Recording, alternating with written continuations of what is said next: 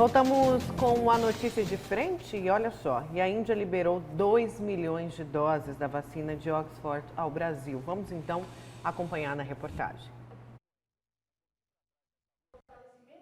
Durante o lançamento de um projeto para treinar profissionais de saúde a aplicar vacinas contra o coronavírus, o ministro Eduardo Pazuello se mostrou otimista. A vacina está distribuída, estamos no processo de receber as novas doses, tanto da AstraZeneca quanto as doses fabricadas pelo Butantan. Então, o Butantan já tem outras doses fabricadas, já estamos no processo de recebimento delas. Outros laboratórios apresentam suas propostas, era o que nós esperávamos.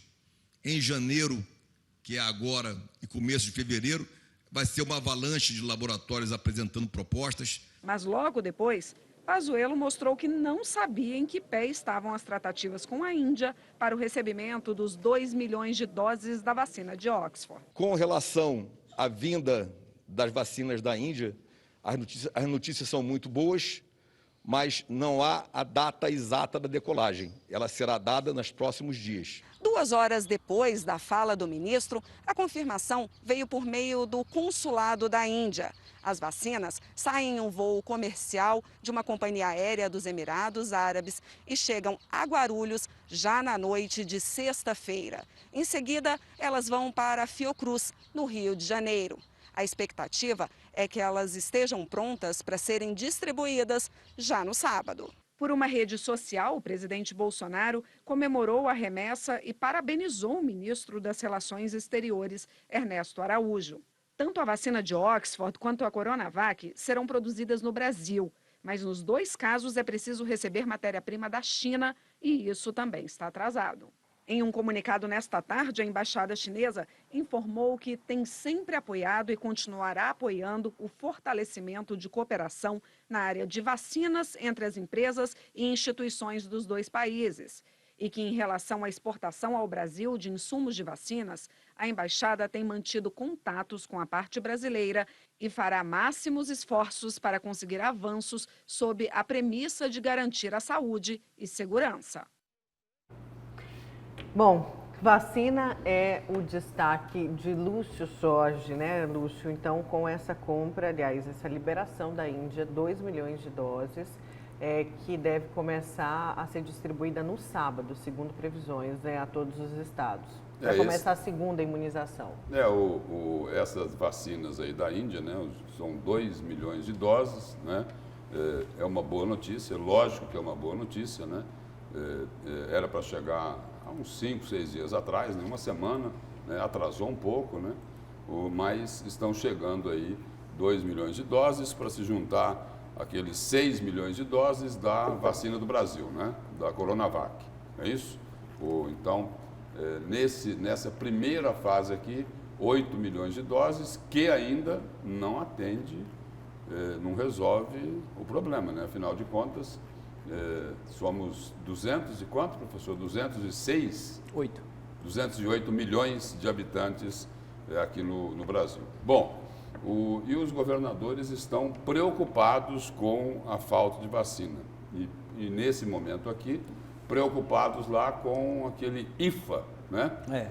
O insumo farmacêutico ativo, para que aqui no Brasil, tanto a Fiocruz como o Instituto Butantan possam fabricar os imunizantes aqui. E aí, 15 governadores, incluindo-se aqui o governador Mauro Mendes de Mato Grosso, fizeram aí um manifesto, né? Assinaram uma carta pedindo que o presidente Jair Bolsonaro, que o governo federal estabeleça aí um diálogo mais efetivo com a China, né? A China que já deveria ter enviado esse insumo, né? Esse insumo farmacêutico ativo, mas que ainda não chegou ao Brasil e isso vai atrasar a fabricação das vacinas.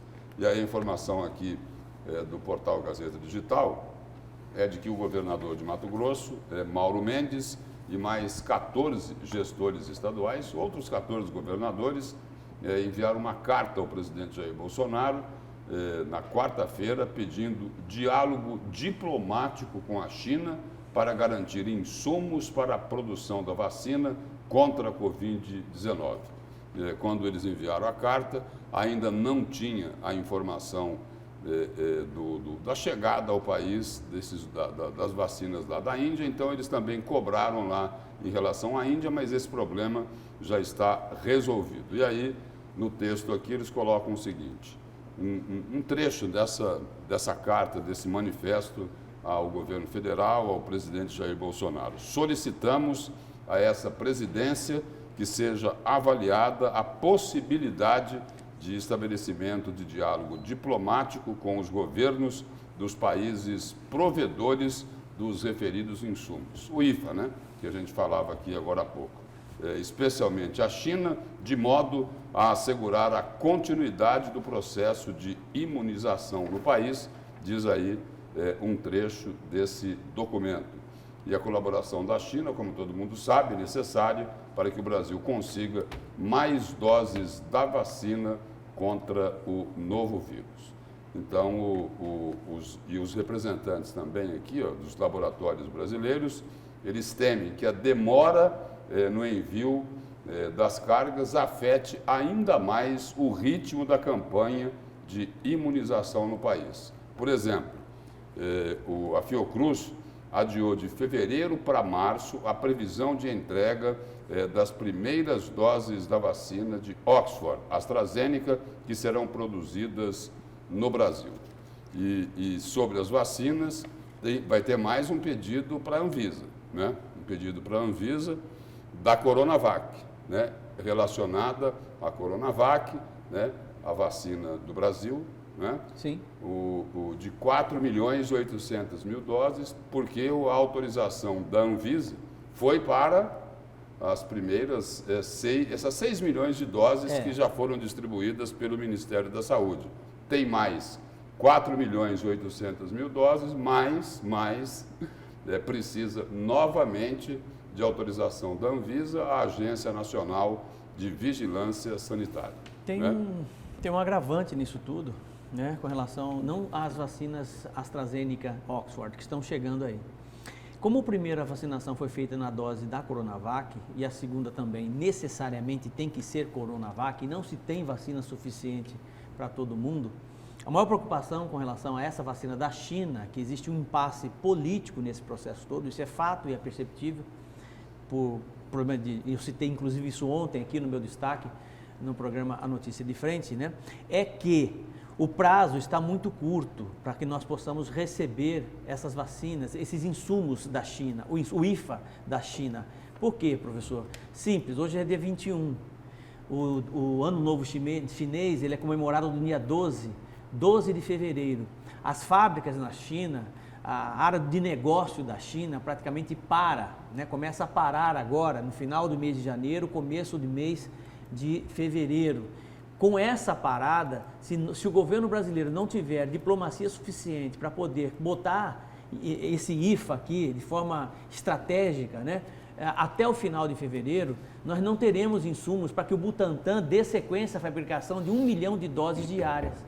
Está entendendo? Ela vai queimar o estoque de 4,5 milhões que ela tem, que já estão prontas, estão lá prontas, mas não vai ter condições de dar sequência ao Plano Nacional de Imunização. E é isso que preocupa o governo brasileiro. Tudo isso por conta de irresponsabilidade, de falas desnecessárias que levaram a um desconforto muito grande das relações internacionais com a China. Essa é a realidade do nosso país hoje. O vírus é chinês, né? Tudo isso e um monte de outras coisas. A vacina é chinesa, não é isso? Não vamos comprar a vacina da China, né? É por tudo isso, né? Inclusive, e hoje é o seguinte, e hoje é o seguinte, a vacina do Brasil, que é a chinesa, que está sendo aplicada na população, não é isso? A China está tão ressentida com isso. As falas aí, vamos dizer assim, irresponsáveis, né? A China está tão ressentida, né, magoada, vamos dizer assim, né? Gente, é a segunda maior economia do mundo, daqui a 5, 10 anos no máximo, a maior economia do mundo, né? Olha quem que o governo brasileiro foi enfrentar e foi... Né? E o ministro das Relações Exteriores, o senhor Ernesto Araújo, ele vem a público e fala, olha, isso daí não tem problema político. Não tem, espera aí, tem 15 governadores falando, olha, vocês não vão resolver o problema, vocês não vão abrir um canal de conversação diplomático com a China para resolver o problema? Essa aí é a grande questão. Tem ventilado da imprensa, inclusive, que a China até ventilou, né, a possibilidade de demissão de um ministro, né, para que realmente esse insumo possa vir para o Brasil. Veja a força da China, né, e quanto ela está magoada com o Brasil por conta exatamente dessas acusações todas infundadas, por enquanto. Agora, falando de vacina, deixa eu colocar essa participação aqui do nosso telespectador. Nayara, bom dia. Vacina primeiro nos políticos, principalmente nos deputados, depois em nós, é o Fabrini. E aí não dá para esquecer, né, Lúcio e Haroldo, dos fura-fila, né, das pessoas, dos políticos principalmente aí pelo Brasil, que furaram fila da vacina, alguns prefeitos que disseram que estavam dando exemplo a serem os primeiros a vacinarem, estavam dando exemplo a serem os primeiros a vacinarem. Vamos trazer a imagem aqui para o estúdio, por favor, obrigada. Ao ser o primeiro a se vacinarem e acabaram furando fila, né? Isso aconteceu na Bahia, no Ceará, em Sergipe e Manaus também, Amazonas, que parou a vacinação por um dia, porque duas irmãs gêmeas, né, duas gêmeas que acabaram de ser nomeadas, ainda estavam no setor administrativo como médicas, tomaram a vacina por terem uma influência e fazerem parte da família, de uma das famílias mais ricas do Amazonas. Agora, falando aí sobre a mensagem do telespectador, eu não entendi muito bem, mas acho que ele quis falar de política. Eu quero colocar o seguinte, né? Quem prega contra a vacina é irresponsável, né? É irresponsável, ou para usar uma expressão bem conhecida nos dias de Covid-19, quem prega contra a vacina é negacionista. Essa é a expressão que está sendo utilizada, porque o que já se colocou aí, que a questão é o seguinte, de se vacinar, ninguém é obrigado a se vacinar, tem o livre arbítrio, mas as pessoas têm que entender o seguinte, que não é uma decisão de caráter individual. Essa é uma questão de interesse coletivo. Você tocou no ponto-chave. Primeiro que a vacina ela funciona, não é individual, é coletivo. E segundo que é crime, né, Lúcio? Furar fila também é crime. Não, é que eu não estou indo na questão do furar-fila. Eu fiz a observação em cima do aspecto do negacionismo, né? Primeiro eles negaram a doença. Né? Primeiro negaram a doença, né? Depois ameaçaram negar a cura, não é isso? Por exemplo, nós estamos vivendo este dilema de não ter vacina. Por quê? Por que é que estamos vivendo esse dilema? Porque as autoridades sanitárias do país falharam. O seguinte, o mundo inteiro atrás da vacina, e aqui no Brasil disseram o seguinte, não, nós vamos esperar os laboratórios, eles vão nos procurar, porque eles é que querem vender. Espera aí. Não estamos falando só de uma relação comercial, não. Estamos falando da defesa da vida da população de um país inteirinho. Agora aqui, só para complementar o meu destaque, né, o ministro da Saúde está dizendo o seguinte, olha, o Brasil receberá uma avalanche de propostas de vacinas. Declaração de Eduardo Pazuello. O ministro que ficou sabendo do colapso que poderia ocorrer num prazo de 10 dias, do oxigênio lá do Amazonas, e não resolveu a coisa no tempo que deveria resolver. A culpa é só dele? Não é só dele, não. É culpa das autoridades municipais, das autoridades estaduais, mas o governo federal não pode agir como Pilatos, né? Não pode lavar as mãos, falar assim, olha, este problema não é meu, né? Porque o município é responsável pelo atendimento básico, o Estado é responsável pela média e alta complexidade, e o governo federal é responsável pelo quê? Para ficar olhando com cara de paisagem? Não é por aí. Não é por aí. Né? Então é o seguinte, tomara, né, que nós tenhamos essa avalanche de vacinas, como está prometendo aqui o ministro da Saúde, Eduardo Pazuello, que está enfrentando um problema com as Forças Armadas. Ele está sendo pressionado, em duas pontas, né? Olha, ou você vai para a reserva, ou você pede demissão, né? Tem essa conversa forte nos bastidores. Tem, professor? Tem, não é e isso? essa demissão, inclusive, eu acabei de falar, né, com relação à China, entendeu? Quase que um pedido da China para que realmente ele possa ser demitido para que esses insumos cheguem no Brasil. Eles criaram uma situação completamente desconfortável com o grupo chinês. Deixa eu só trazer essa mensagem, porque o Lúcio falou, tomara que todo mundo seja vacinado. E eu quero trazer uma explicação aqui. O pessoal está cobrando o cadastro de Cuiabá. Nossa telespectadora mandou aqui no WhatsApp, atingimos o limite disponível. Primeiro que houve um problema com esse link, ele vazou e a prefeitura restabeleceu e aumentou a segurança. Segundo, que não tem vacina, não tem para os idosos e não tem nem para os profissionais de saúde que estão na linha de frente. Não tem vacina suficiente aqui em Cuiabá, gente. Não tem, não então, vai no Brasil dar. todo não tem. No Brasil inteiro. E estão priorizando quem está ali no combate, quem está na linha de frente, nas UTIs, para serem vacinados, tá bom? Então, vai ter que esperar mais um pouquinho. Sobre um outro fato, cuidado com os links. Muita gente está se aproveitando do momento para aplicar golpes, ligando dizendo que está vendendo vacina, que já está no laboratório particular. Não existe isso, não tem nem no público e não tem nenhuma clínica particular. Não acredite e não caia em golpes. Deixa eu ir aqui para os dados da Covid-19 Mato Grosso. Só um registro aqui antes, Nayara. Eu recebo aqui no meu privado, né? Uma contribuição aqui do Luciano Oliveira. É jornalista ele também. Né?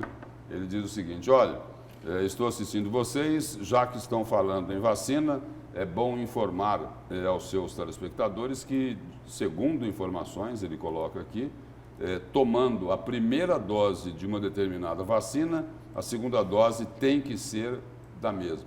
É isso? É isso, professor? As duas doses precisam ser necessariamente da mesma farmacêutica. Isso é comum acordo entre todas as farmacêuticas, todas as empresas que fabricam vacina no mundo. Não pode tomar Coronavac e Oxford, né? Não pode. Se começou uma, tem que Está vendo o problema? Ou seja, exige o seguinte, exige tudo que não houve até aqui por parte das autoridades sanitárias do país. Exige o quê? Muita organização e planejamento. Até porque os efeitos... Porque são 6 milhões. Foram 6 milhões da Coronavac, a vacina do Brasil, e agora teremos 2 milhões da AstraZeneca, a de Oxford. É isso? Inclusive, essa vacina Sinovac, ela deu publicidade ontem, a bula, né? E os efeitos colaterais são mínimos, são pequenos, não tem praticamente nada. Só corrigindo aqui que já está aberto o cadastro, então, de Cuiabá, está aqui no GD, no Portal Gazeta Digital, aberto o cadastro para profissionais da saúde, tá, gente? Mas como eu falei, provavelmente não vai ser ainda vacinados os idosos institucionalizados, que vivem em instituições fechadas. Deixa eu ir com os dados da Covid antes do intervalo. A Secretaria Estadual de Saúde notificou até a tarde de ontem, quinta-feira, 205.162 casos confirmados da Covid, 190 mil pessoas já se recuperaram. O número de mortes, infelizmente, chega a casa de 4.902 óbitos por esta doença. Foram notificados aí, a gente tem a taxa de ocupação de leito de UTIs em 71,18%, com 114 leitos disponíveis. E atenção às informações das últimas 24 horas, 25 mortes e 1.428 contágios pela Covid nas últimas 24 horas aqui no estado de Mato Grosso. E aumentando, né? E a taxa diminuiu um pouquinho, né? Diminuiu, de ocupação estava 75. dos UTIs. Ontem estava 75. Não, estava 72 e alguma coisa ontem. Não estava 70? Era 72, me parece que era 72,68. Me parece que é isso. Hoje é 71,18. Mas não faz muito tempo, naquela primeira fase lá, na primeira onda, né? Não na primeira fase. 72,68. 68, né? Acertei. Né? Hoje 71,18. Mas na primeira onda da Covid aqui em Mato Grosso também foi dito o seguinte, quando estava colapsada a rede de saúde, ou prestes a colapsar, falou, mas de hoje para ontem diminuiu um pouco. Aí o que disseram foi o seguinte, mas olha lá o número de mortes que ocorreram, Exatamente. né? De pessoas que E era estavam na UTI. Gente, É isso? vamos para um breve intervalo. Antes eu quero trazer uma reclamação, uma denúncia. Bom dia, da Maria. Olha, um absurdo que está acontecendo no pronto-socorro velho, que é referência da Covid aqui em Cuiabá. Um dos principais exames, a tomografia de pulmão, para ver a porcentagem, está com problema desde o temporal. O tomógrafo está quebrado e não dá um jeito de arrumar um equipamento que é importante para a vida do paciente. Aí tem que levar para outro hospital, que é o São Benedito, e aí você fica, se estiver doente, né, fica propagando a doença que a nossa telespectadora fala. Então, o tomógrafo então a produção vai checar isso da prefeitura, lá no pronto-socorro, que é referência da Covid, está quebrado. E só para registrar aqui, Nayara, mais uma reclamação. Na última quarta-feira ou terça-feira, não me recordo bem, um telespectador aqui do Notícia de Frente me abordou num semáforo, um motoqueiro, né, dizendo o seguinte, olha, por favor, dê uma ajuda para a gente. Diga lá na Notícia de Frente, fala lá com a Nayara, com o Haroldo, para que eles ajudem. Lá na Policlínica do Planalto não tem nada, não funciona nada.